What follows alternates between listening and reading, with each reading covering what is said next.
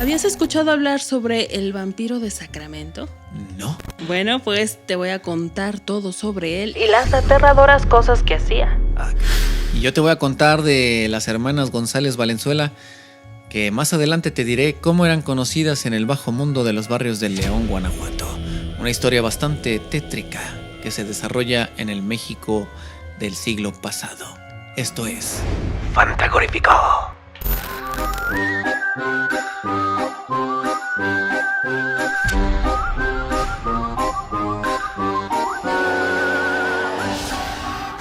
Así es, amigos, bienvenidos a este nuevo episodio de Fantagorífico y hoy les voy a hablar sobre Richard Chase, mejor conocido como el vampiro de Sacramento.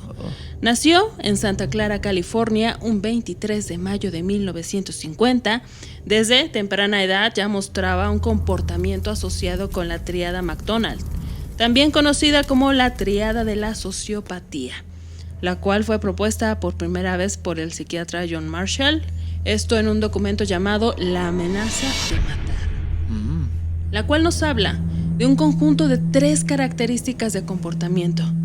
Richard tuvo una infancia difícil, ya que su padre era alcohólico y su madre lo maltrataba constantemente.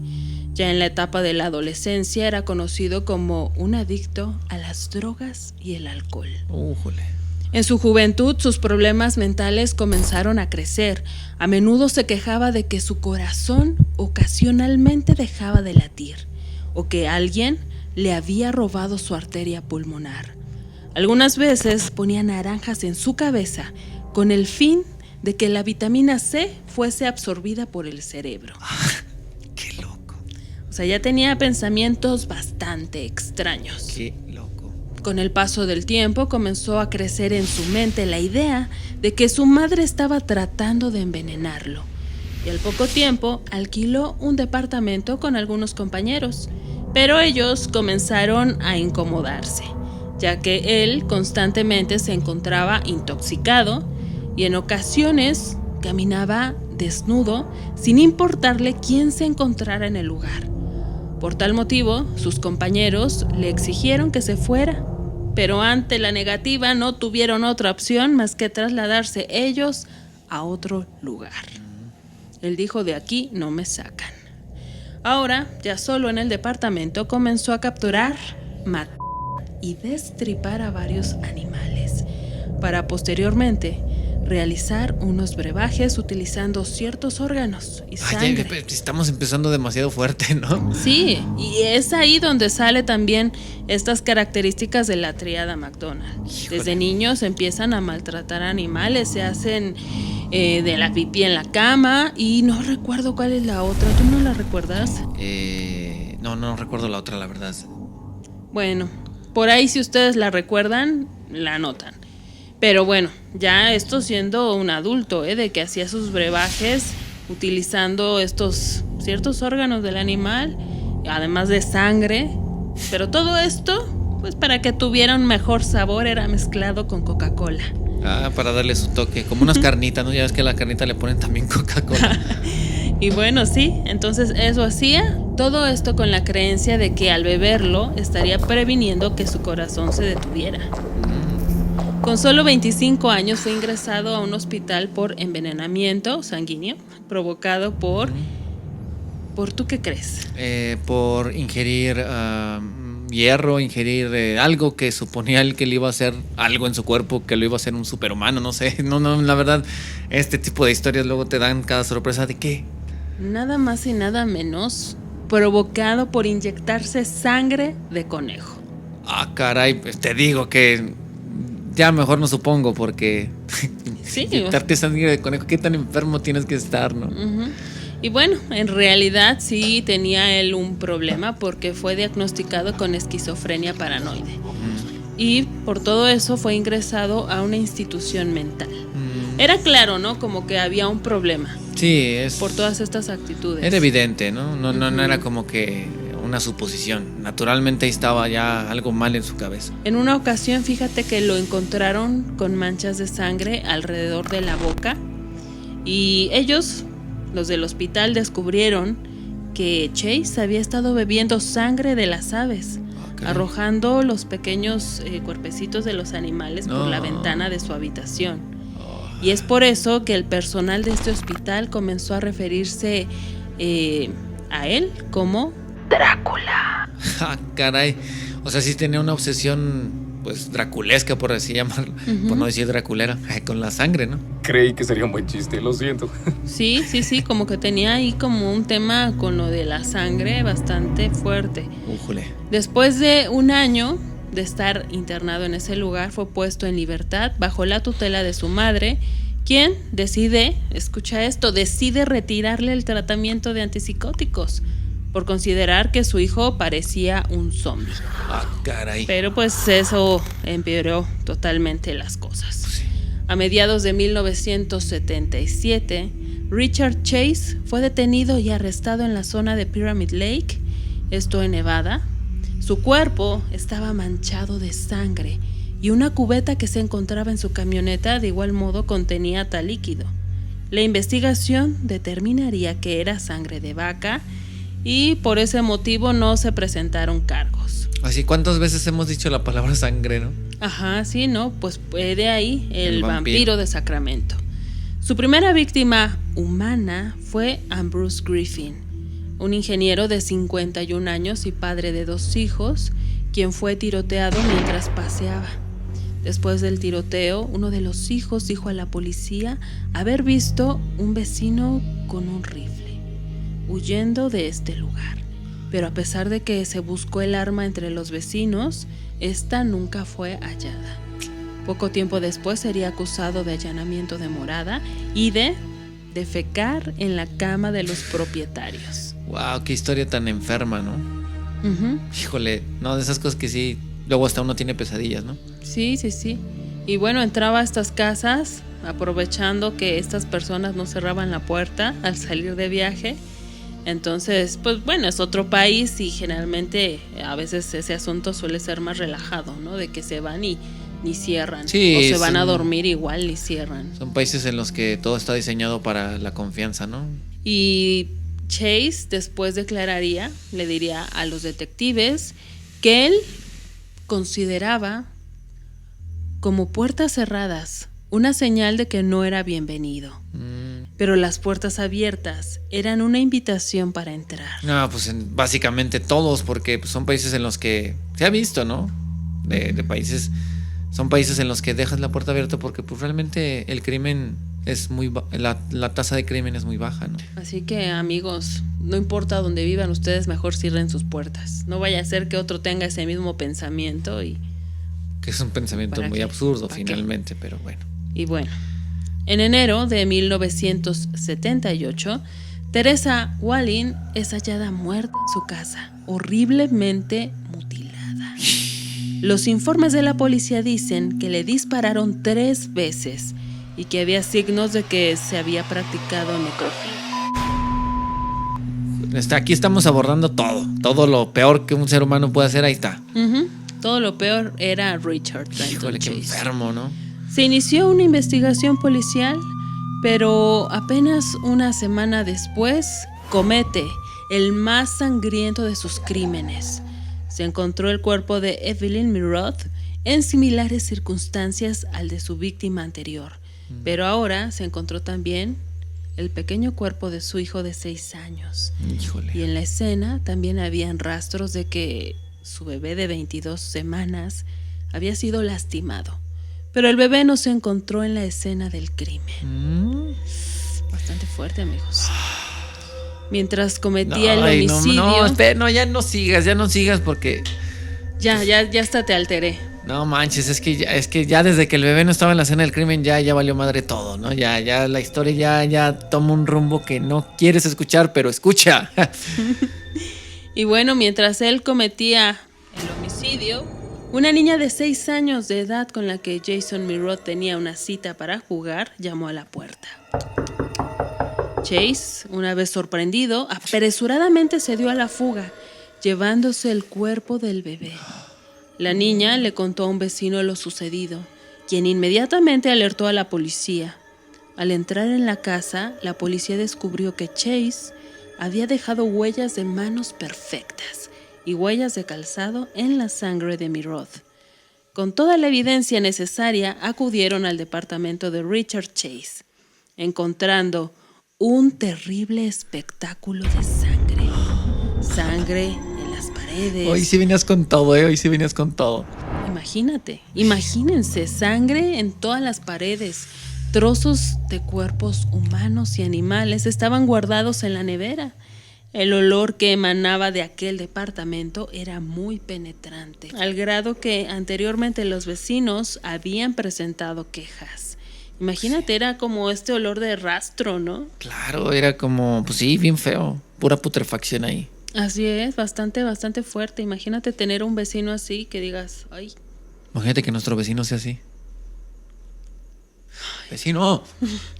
Durante el juicio, Chase alegaba que existía un complot para acabar con él. Mientras tanto, su defensa argumentaba que padecía de sus facultades mentales, buscando así evitar la pena de muerte. No, pero es que aunque padeciera, o sea, tienen que encerrarlo en algún lado porque va a seguir cometiendo crímenes, ¿no? El 8 de mayo, el jurado lo encontró culpable de 6 cargos de asesinato en primer grado y fue condenado a morir en la cámara de gas. Qué triste, ¿no? Digo, también es que finalmente es una vida humana, pero pues es que una cosa es una cosa y otra cosa es otra cosa, dijo el cochiloco. Una cosa es una cosa y otra cosa es otra cosa, mi Benny. Entonces, ya estando en prisión, adivinen qué. ¿Qué? Él guardó durante varias semanas su medicación para posteriormente cometer suicidio. Sería suicidio por sobredosis de antidepresivos. Pues es que dijo de que me maten a que me mate yo, pues con permiso, ¿no? Exacto. Su cuerpo fue encontrado el 26 de diciembre de 1980. Una mente enferma, bastante enferma, que quizá todo esto se pudo haber evitado si hubiera continuado con su tratamiento que en un principio tenía y que la madre no hubiera decidido pues retirarlo, ¿no? Porque, bueno, hay a lo mejor condiciones mentales que se pueden llevar sin medicación, sí, pero hay otras que es necesario porque si no ya son un peligro para ellos mismos y para la sociedad. Y ahora con la medicación, pues, imagínate, él mismo se hizo daño. Bastante fuerte esta historia y ya la conocen. Richard Trenton Chase, el vampiro de Sacramento. Inquietante historia, pero qué más inquietante que lo que la gente cuenta. Esta historia nos la manda un usuario de YouTube llamado Nisa. Dice así: lo que te voy a contar no me pasó a mí, le pasó a mi mamá, pero tiene que ver conmigo. Hace unos 3 años, yo estaba con mi abuela en el cuarto ordenando unas maletas. Y dice mi mamá que me vio salir, pero lo raro es que ella estaba en la cocina, lavando unos trastes. Dice que yo pasé y vio que iba para el cuarto, donde estaba mi hermano. Me habló para decirme que le dijera a mi hermano sobre un dinero para un mandado. El asunto es que se quedó esperando una respuesta. Fue hacia el cuarto y solo vio a mi hermano acostado viendo la televisión. Solo. Yo no había salido. Entonces ella le preguntó: ¿dónde está tu hermana? Él dijo: no ha venido, no la escuché. Creo que está con mi abuela en el otro cuarto. Y para no profundizar tanto, yo en ningún momento había salido del cuarto de mi abuela. No era yo. Mi mamá estaba asustada, obviamente. Y yo andaba con un pañuelo en la cabeza y la que ella vio también. No recuerdo el término para estos casos, pero sé que suceden y es una realidad. Es algo así como una realidad alterna que su mamá tuvo oportunidad de ver, ¿no? Físicamente. Como lo que decía un poco Jacobo Greenberg, de la laticia informacional en la que esta información nos impide ver la otra realidad, un rollo así, ¿no? Como realidades alternas, universos paralelos que de pronto se cruzan. Hay un término, pero la verdad no lo sé. Qué rara historia, ¿no? Sí, es rara y también impactante, ¿no? A menos de que tengas una gemela, ¿no? Ándale, y resulta ahorita. Ajá. Puede ser que haya sido mi hermana gemela, pero ¿por qué teníamos paliacates las dos? Eso tiene sentido para mí. Vamos a escuchar otra historia de lo que la gente cuenta. Y bueno, aquí otro usuario de YouTube, Aquí abajo vamos a poner su nombrecito. sí, envió esta historia. Dice así: tengo un audio que con el simple hecho de escucharlo siento escalofrío de recordar lo ocurrido. Uy. No sé cómo le quieran llamar, psicofonía o susto. Esto ocurrió en una casa donde yo vivía anteriormente, de la cual nos cambiamos por lo mismo. Aparentaba ser una casa bastante normal. Allí estuve casi un año. Como al mes, una noche, los perros comenzaron a aullar. Comenzaron a aullar alrededor de la casa. Algo que asumí era normal. Como a los 3 meses, otra vez lo mismo. Pero esta vez se sentía un frío en la casa, como cuando abres un refrigerador. Y fue bastante extraño, porque estábamos en temporada de calor. Esto ocurrió en Tabasco. Como a los 4 meses otra vez empezaron los aullidos. Estos aullidos de los perros, pero esta vez me decidí a realizar una grabación de voz para mandárselo a mi mamá. Al día siguiente escuché la grabación y en ella se oyen los aullidos de los perros acompañados de un lamento desgarrador. Pero el lamento se escucha adentro de mi casa. Realmente aterrador. Imagínate, Caray. como lo que me pasó, que lo conté igual en un fantagorífico, por ahí búsquenlo, que les contaba que justo hice yo eso, pero yo no fue con motivo de grabar el aullido de nada ni un ruido de nada, simplemente estaba haciendo una nota de voz. Y al escucharla, aparece ahí algo extraño. Pues ojalá y podamos conseguir el audio, ¿no? Porque estaría interesante escucharlo. Estos aullidos, estos, ¿cómo se llama? Lamentos. Son bien comunes en historias de terror, ¿no? Esperemos que veas nuestro mensaje. Si es así, ya estará apareciendo en este momento el audio. Si no, lo esperamos con mucho gusto para ponerlo en el siguiente podcast. Pero la siguiente historia va mucho más allá de lo paranormal, pero entra en el término del terror porque se hacían cosas súper extrañas y perturbadoramente macabras. ¿Al estilo de Chase? Más allá de eso. Ah, caray. Ellas son las hermanas González Valenzuela. A primera vista supondríamos que son mujeres recatadas y de pocos problemas, pero lo que hay detrás de esos rostros y esas prendas es tan aterrador que les ha hecho pasar a la historia como las asesinas seriales más crueles de México. Estas 4 hermanas fueron las protagonistas de uno de los más grandes casos de violencia, asesinato y prostitución en conjunto. Carmen Delfina, María de Jesús y Luisa González fueron las responsables directas de la muerte y tortura de más de 90 mujeres jóvenes.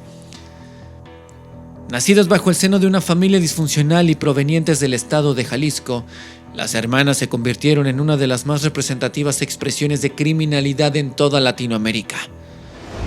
Bernardina Valenzuela, su madre, era una mujer extremadamente religiosa, mientras Isidro Torres, padre de las infames criminales, era machista, alcohólico, celoso, violento. Trabajaba como vigilante nocturno como parte del cuerpo utilizado por Porfirio Díaz para atrapar a los asaltantes de caminos.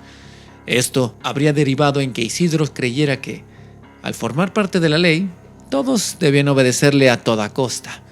Luego de algunos años de vivir en una situación problemática y llena de violencia y maltratos, tiempo después de que sus padres fallecieron, Delfina decidió iniciar un negocio que parecía seguro. En su pueblo natal, abrió una cantina en la cual no solo se vendía alcohol, sino que además se vendían los servicios de jóvenes. Dada la peculiar combinación, el lugar naturalmente tuvo un éxito inesperado. Por lo tanto, el negocio debía expandirse para generar más, así que Delfina abrió una cantina más con las mismas características en Lagos de Moreno, Jalisco. Pero este último tenía un servicio adicional. Se rentaban cuartos para los furtivos encuentros amorosos. El negocio, a pesar de que cada vez era más rentable, alimentaba también la ambición y avaricia de Delfina, pues, además de todo, obligaba a las prostitutas a comprarle a ella todo lo que necesitaban, desde maquillaje hasta comida, y era un negocio con pocas pérdidas, pues gran parte del dinero que ella pagaba regresaba a sus manos, un negocio redondo. Mientras el negocio crecía, más dinero se movía. Fue por eso que Delfina contrató a su hermana Carmen para que la auxiliara en los asuntos de contabilidad. Carmen entonces convenció a Delfina de legalmente establecer su negocio. Luego de los permisos y trámites necesarios, abrieron el Guadalajara de Noche, el burdel más famoso de aquellos días en la zona. ¿Habías escuchado hablar de él? No, Bueno, ni idea. La verdad. algunos familiares me han hablado que sí era un lugar bastante pervertido, por así llamarlo. O sea, era ya reconocido por Sí, eso. ya. El hijo de Delfina entonces comenzó también a ayudarles en el negocio, encargándose de supervisar a las jóvenes, controlando caray. la seguridad del lugar y además pagándole a las autoridades para que se hicieran de la vista gorda. Ya ves que aquí en México eso no se da, ¿no? No. ¿Será? Pero un día eso no funcionó del todo y las reglas se hicieron ver. Las autoridades se presentaron en el lugar para clausurarlo. El Tepo, que era el hijo de Delfina, bajo los efectos del alcohol, ebrio, se armó de valor y tomó un fusil y enfrentó a los agentes, quienes naturalmente lo acribillaron al instante. Ante los ojos de su madre, el Tepo falleció y esto desencadenaría una serie de eventos que llevarían a las hermanas a cometer una larga lista de asesinatos. Delfina contrató a varios militares que buscaron a cada uno de los responsables de la muerte de su hijo y uno a uno fueron asesinados para vengar la muerte de su hijo. Debido a esta situación, las hermanas se tuvieron que ir hacia la ciudad de Guanajuato y se reunieron allí con su tercera hermana, María de Jesús, quien también tenía algunos negocios en marcha, de la misma naturaleza. María de Jesús enviaba camiones con prostitutas a los pueblos cercanos como si fueran ganado. Las mujeres también daban sus servicios a quienes los requerían y así iban de pueblo en pueblo. Debido a que no se establecían en ningún punto en específico, era como un burdel ambulante, se evitaron durante mucho tiempo cualquier problema con la ley. Y cuando se reunieron, las hermanas decidieron unir sus capitales para crear un nuevo y gran negocio. Estaban a punto de cambiar la historia del crimen en toda Latinoamérica y en todo el mundo. La Barca de Oro. Este local había iniciado sus operaciones en un lugar de la ciudad de León de Guanajuato.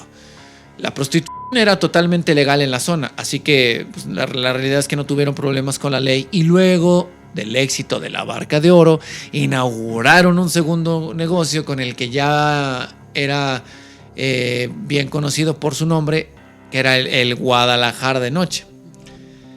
El local de la Barca de Oro había sido antes una cantina propiedad de un joven al que todos apodaban el Poquianchis. Fue así que el sobrenombre fue heredado por las hermanas y la Barca de Oro más tarde fue conocida como el Burdel de las Poquianchis, apodo que ellas detestaban, lo odiaban, pero que les habría quedado para la posteridad. Ahí viene ya, entonces... De castigo. Ajá, ya había escuchado de las Poquianchis. Sí. Híjole, estaban locas, ¿no? Enfermas. Sí. Y bueno, los negocios estaban dando mucho dinero, pero en 1962 las autoridades decidieron cerrar todos los burdeles y fue así que se quedaron solo con el burdel ubicado en Lagos de Moreno, mientras Eva, la menor de las hermanas, se mudó a Tamaulipas y abrió la Piernuda, así se llamaba, pidiéndole a sus hermanas que no dejaran de enviarle jovencitas para prostituir. Más tarde, bajo la influencia de Delfina, la Poquianchis mayor, las hermanas compraron el rancho Loma de Ángel y lo transformaron en un enorme prostíbulo. Para reclutar a las mujeres, las Poquianchis acudían a los pueblos a buscar a las más bonitas, sin importar que tuvieran 12, 13 años, y con la ayuda de algunos hombres, las futuras víctimas eran secuestradas y en algunos casos y por algunos billetes, los padres accedían para que se llevaran a sus hijas. Una vez en el burdel, las niñas eran examinadas y si las hermanas consideraban que eran de buen ver, los ayudantes y cómplices se encargaban de violar. Híjole. Una vez realizado el cruel procedimiento de inicio, las Poquianchis bañaban a las niñas con agua fría, las vestían y las sacaban para que atendieran a la clientela. Mientras vivían una vida precaria y de tortura, las mujeres servían hasta que tenían 25 años y luego de eso, Salvador Estrada, el verdugo, así le decían, Las encerraba en un cuarto oscuro sin comida, sin bebida y las golpeaba hasta dejarlas sin fuerza para defenderse. Una vez que la mujer estaba totalmente débil, el verdugo las llevaba a otra parte y las enterraba vivas, mientras a otras las pasaban planchas calientes por la espalda y por todo el cuerpo, y a otras las arrojaba desde la azotea para morir al caer. Y a algunas otras les destrozaba la cabeza a golpes. O sea, no conformes con arruinarles su vida y su cuerpo, les arruinaban también la existencia y lo hacían de una manera atroz, ¿no? Cualquier actitud mínimamente negativa resultaba en la muerte. Si alguna de ellas se embarazaba, si tenía anemia, si no le sonreía a los clientes, o si no le caía bien a alguien, o simplemente le caía gorda a alguien, pues era asesinada. Los bebés que alcanzaron a nacer fueron asesinados y enterrados en las inmediaciones del rancho, a excepción de uno que mantuvieron vivo para vendérselo a un cliente que, según, quería experimentar con él. Abortos clandestinos, asesinatos a plena luz del día, mujeres enterradas vivas, tumbas clandestinas, esclavitud, todo era posible en el territorio de las Poquianchis, pero a cambio de servicios sexuales. Policías y militares no solo permitían todo, sino que además cuidaban del burdel. Además, algunas de las mujeres lograron salvarse a cambio de convertirse en crueles castigadores, quienes mataban a palazos a las muchachas y les destrozaban la cara con una tranca de madera. Por si esto pareciera poco, alguien les dijo a las Poquianchis que si ofrecían sacrificios a Satanás, ganarían más dinero. Entonces incurrieron en el satanismo. Cada vez que llegaban nuevas niñas, las hermanas las iniciaban bajo un macabro ritual. ¿Cómo te lo imaginas? Ay, no me imagino. O sea, con todas las atrocidades que acabas de decir, no sé ni cuál podría ser la iniciación. Ahí te va. A la luz de una estrella de 5 puntas formada por velas, las hermanas sacrificaban a un gallo. Luego se desnudaban y se untaban la sangre del animal por todo el cuerpo para después desnudar a las niñas, quienes eran violadas, mientras las Poquianchis contemplaban la escena a carcajadas. Pero apenas el ritual comenzaba, llegaba un momento en el cual los ayudantes metían a la habitación a algún animal y obligaban a las niñas a realizar un acto zoofílico. Y después de eso, iniciaban una orgía en la cual también las hermanas participaban. Semanas después, las Poquianchis decidieron que era buena idea cortar la carne de los cadáveres de las prostitutas para venderla por kilo en el mercado, como si fueran ganado. Con tarjetas de salud, o sea, haciendo una remembranza, pues probablemente la gente de León comía gente en sus tamales, ¿no? Pues sí, no lo veo imposible con esa mentalidad tan retorcida. Además, con tarjetas de salud falsas que mandaban a hacer. Aparte, en ese tiempo era más fácil hacerlo. Sí, no tenían que sello digital ni Sí, no, que hologramas. No. Las Poquianchis entonces con esas tarjetas mantenían a sus clientes tranquilos y les hacían pensar que todo estaba perfecto, pero en realidad muchas de ellas estaban enfermas. En 1964, entonces, Catalina Ortega, una de las nuevas, consiguió escaparse y logró llegar hasta la ciudad. Allí acudió ante la policía y denunció los hechos y tuvo suerte porque los agentes con los que habló no formaban parte de la nómina de las asesinas. O sea, no estaban corrompidas todavía. Era la única. Decenas de policías acudieron al burdel y al rancho y luego de arrestar a algunos de los responsables, se encontraron con las mujeres destruidas, desnutridas. Estaban dentro del cuarto oscuro aquel en el que el verdugo hacía de las suyas. Trozos de carne humana, celdas de castigo, cadáveres, bebés muertos. Todo aquello inculpó más a las Poquianchis, quienes de inmediato fueron arrestadas. Pero la historia apenas se estaba desmenuzando. Se descubrió que eran responsables de casi 100 asesinatos, los que se llegaron a descubrir. Las hermanas estuvieron a punto de ser linchadas, pero las autoridades las trasladaron a Irapuato y, tras ser juzgadas, fueron sentenciadas a solo 40 años de prisión. Años después, María de Jesús salió de la cárcel y desapareció sin dejar rastro alguno. Carmen murió de cáncer. Eva fue arrestada en Tamaulipas y terminó recluida en un manicomio. Y Delfina tuvo un final agonizante. Mientras la prisión estaba siendo remodelada y como si se tratara de un juego del destino, uno de los trabajadores accidentalmente dejó caer un bote con 30 kilos de mezcla de cemento sobre el asesino, quien murió luego de una lenta y dolorosa agonía. Como si se hubiera tratado de una venganza divina, ¿no? Sí, oye, pero a algunas también de las otras implicadas no les fue mal, ¿eh? O sea, una quedó en libertad, la otra falleció de cáncer, dijiste, ¿no? Sí, esa historia sí es como de película, ¿no? Sí. Y de hecho le hicieron una película, que ahí está en Amazon, creo, Los Poquianches. Ahora me pregunto, esos lugares que ellas abrieron y donde cometían estos terribles crímenes, ¿qué será de ellos? ¿Los habrán quedado en el abandono? Porque hay lugares donde llegan a pasar pues cosas bastante atroces, claro, que quedan en el abandono. Otras son demolidas, pero en este caso, ¿qué habrá ocurrido ahí? ¿Quién sabe? La verdad es que puede ser que todavía esté el lugar. A ver si un día vamos a León, ¿no? A investigar. Miren, si la verdad sí apoyan este podcast, no dando dinero, me refiero a que si lo comparten y todo. Jule, tenemos un montón de cosas que compartirles, porque también aparte conocemos varios lugares del mundo y tenemos material ahí que estamos esperando el momento preciso para mostrarles, ¿no? Pero si lo apoyan y lo comparten, pues vamos a ir a lugares, porque esto es el inicio apenas de una gran aventura llamada Fantagorífica. También nos pueden dejar los temas de los que quieren que hablemos y sus historias paranormales. Vamos a dejar en este video, voy a dejar un comentario fijado y ahí nos pueden poner sus historias. Ándale, buena idea. También en el otro que se publica en mi canal, ahí también va a haber uno. Ya te voy a copiar la estrategia. Y también nos pueden seguir para nuevas historias diferentes en nuestras redes, en TikTok. También veo que publicas otros casos igualmente perturbadores. TikTok, también síganos, ahí estamos creciendo la comunidad. Y bueno, pues nada, amigos, fue un gusto estar con ustedes. Esto es Un Cambio y fuera.